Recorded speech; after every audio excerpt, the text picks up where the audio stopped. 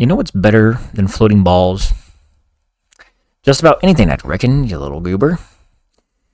Get your mind out of the gutter, because you know what time it is. It's time to talk about D&D, baby. We're back in the world of Giorvak, and my players have discovered some new mysteries in the Underdark. So, like, subscribe, and buckle up for the ride! Yippee! So currently, the Sunchasers are wrapping up combat. They're around 3/4 of the way through it, probably another hour, considering how big my play group is. Combat generally takes the majority of the session. But outside of combat, they have learned a lot since their time in the mines. Key point, narratively speaking, they saw this massive floating figure threatening a group of what sounded like 8 individuals. They couldn't quite see it. They were just seeing like the shadows of it, like scattered across the fog. So they're all hunched down, pretty much over listening to this conversation. And it's definitely a one-sided, very angry, I'm wagging my finger at you if I had the finger kind of conversation. These two entities kind of scatter. They didn't quite make out what was happening in the conversation because they rolled really shit, but they did get the gist that one party wasn't happy with the other. And at the very gist of it, they heard that if they didn't please this entity, they would be joining the same fate as whatever captain that led them. But they scatter, and there was a group vote to not pursue the floating entity and to instead pursue the collective. And so that's what they did. So they kind of went down to the left, and as they went left, the pathway sloped down, and they were stepping over these railways. And as they stepped over, they noticed, one of my players, Enix, noticed as his foot was about to step on it, what looked to be like half of a statue's face. And the eye on it was very wide and looked like in a state of shock. They couldn't really distinguish what statue it came from or perhaps what this was doing here, but they took it and added it to the bag of, not the bag of holding it, their haversack. So as they got down into like a plateau, and I could definitely tell that they were entering some kind of cave system. They were already in a cave, it's the Underdark, but a deeper cave system. So as they reached this landing, they stopped.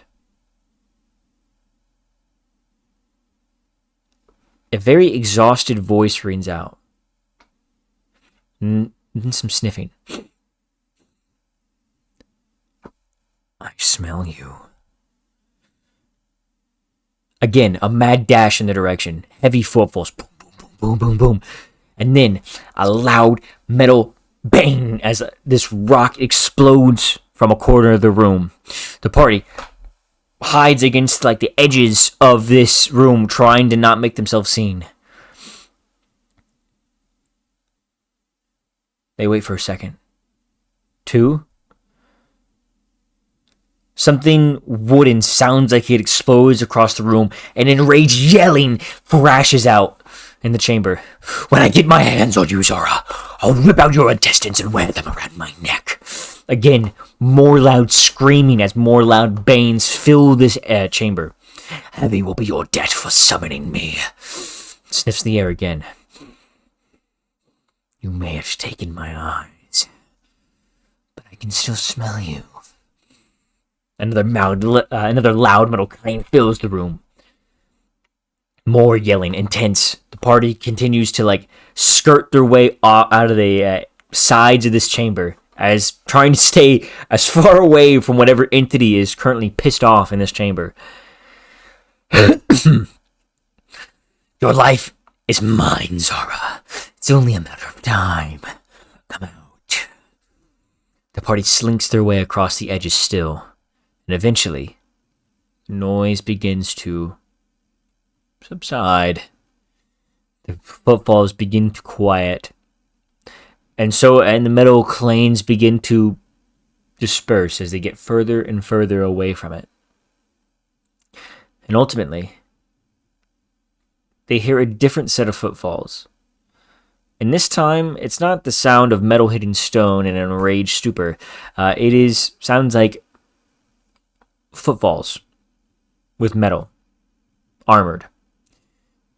In bits of conversation. First, in a deep voice, I swear, that thing only gets angrier every passing day. I know, and I don't like being near him when we're sleeping. The thought, it terrifies me at night. It's too risky to leave that thing. It's unnecessary to even have it here. But this is what happens when we don't report sightings, Todd. How it was a rat. Apologies for not waking everyone at the sight of a little vermin. You know how that thing is. That's why it killed Marcus, Todd. The voices trail off as the footfalls get lighter and lighter out of the distance. The party processes this information and internalizes it, and decides to, instead of following these footsteps that were going forward, unsure if they were going to come back, they found a chamber that split to the left. Entering it quickly, it seemed to open up and curve around into this small little 20 by 20 foot kind of naturally cavernous tunnel way. There's an arch at the end of the room. It's around 15 feet tall, a fairly decent sized arch, but clearly out of place at the rest of this room. Stone engraved, and it continues in, and beyond that you could see wooden beams that have fallen in some places, rotted in others, but ultimately this looks to be like a place of industry, because the noises that are coming out of this room are of metal pickaxes and shuffling around. And the sight into this room is even more ghastly. Ghouls and all manner of zombies in different states of decay and witherness are grabbing what looks to be like handfuls of these black stones and throwing them into mine carts. And every once in a while you'll see the lumbering sight of this 10-foot ogre with like seams and stitches going down its midsection, coming out with this massive pickaxe in its hand. And then all of these undead scurry into this one of these chambers and come out with handfuls of stone. Throw it in the minecart. It fills and then eventually passes into the party and then out the door. The undead don't seem to have noticed the party at this moment. And with that, they're left with this choice. Do they even want to take this encounter? Before they even decide if it's something that they do want to do, their mind gets swept away by what looks to be a 50s style fridge. I'll put a picture up here just in case you can't conceptualize that. But two of them stacked on top of each other with 3 crystals going down the midst of it. And behind this metal contraption, bundles and bundles of this black wire are wrapping around it and exiting the room and into the area where the zombies are. They failed their investigation check, so ultimately they didn't understand what this item was. But if they did succeed, they would know that this was like an arming device for the explosives that are in the other room. If they were to succeed on the investigation check and then also succeed on activating it, because there is a risk of failure with as old as it is, given from the state of things in this mine, this is definitely here from a different time. They could have not even had to take this account. They could have exploded it and have alerted everybody else in this mine, but they also could get outside of having to take this encounter. It would have pretty much cleared it for them immediately. So with that being said, they bypassed that device and ultimately decided that the nature of their bounty was to go and complete this.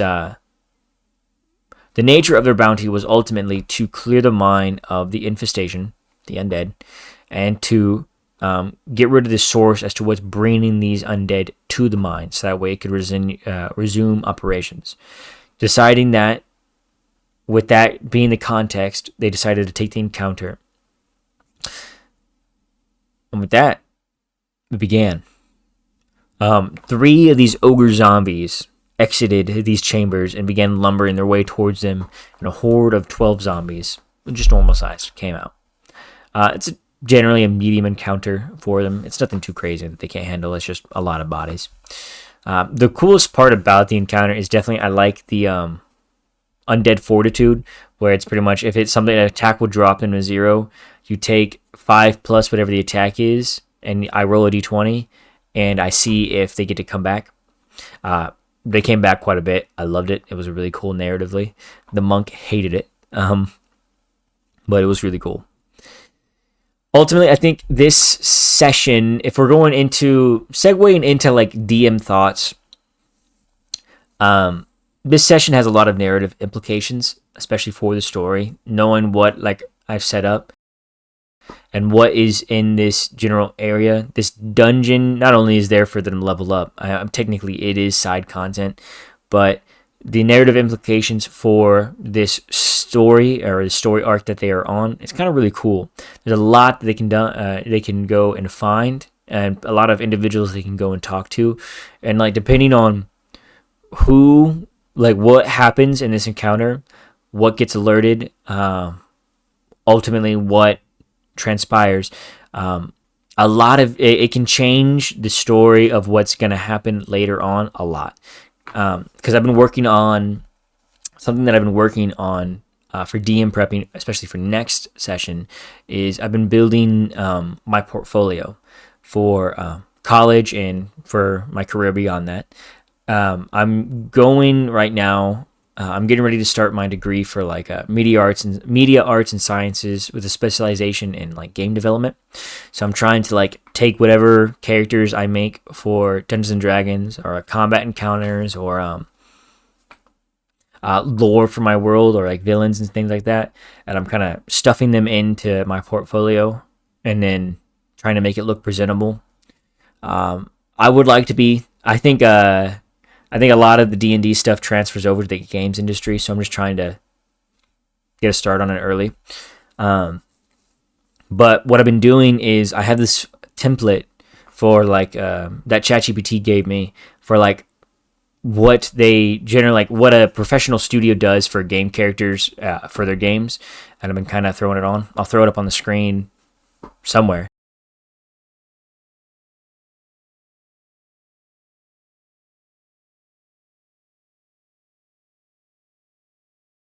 Making these characters has genuinely changed how like I see or plan stories, because it's a lot easier to make interesting stories if you have interesting characters.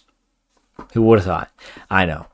But it's just something I've been messing around with, especially for my DM prep, and I've been really enjoying it. So I think you guys should give it a try.